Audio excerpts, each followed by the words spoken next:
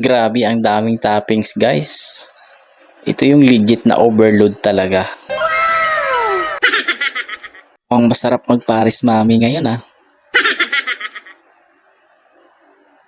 Ang masarap ng Paris dito guys. Ayan o. At ay pa-order ng Paris Mami. Magkano yung isang serve? Gusto ko yung overload na Paris Mami.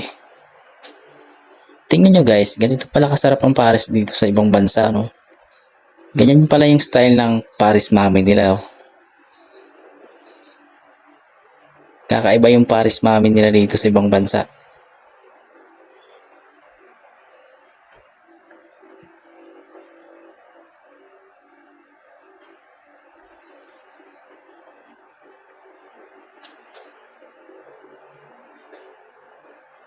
Diba guys, ang sarap oh.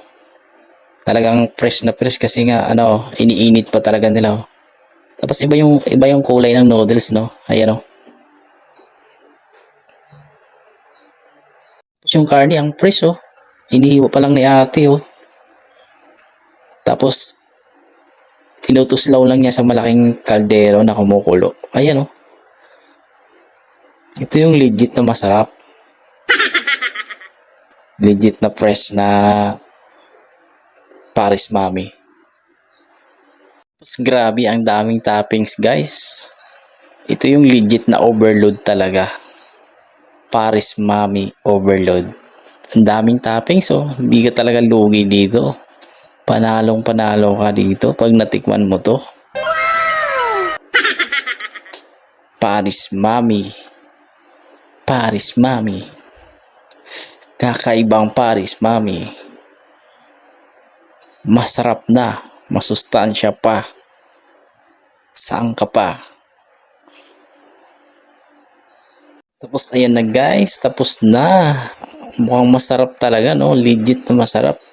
Kasi kung makita nyo naman yung mga ingredients na isinama ni ate. Talagang fresh na fresh. Lahat quality. Saka kakaiba yung noodles nila no. Kulay green. Diba? Saka yung mga dahon-dahon na nalagay talagang fresh. At talaga namang nakakatakam to guys.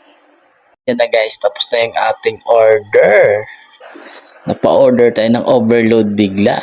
Nagkikrib tayo ng Paris Mami bigla. Sakto sa tag-ulan. Tara guys, kain na.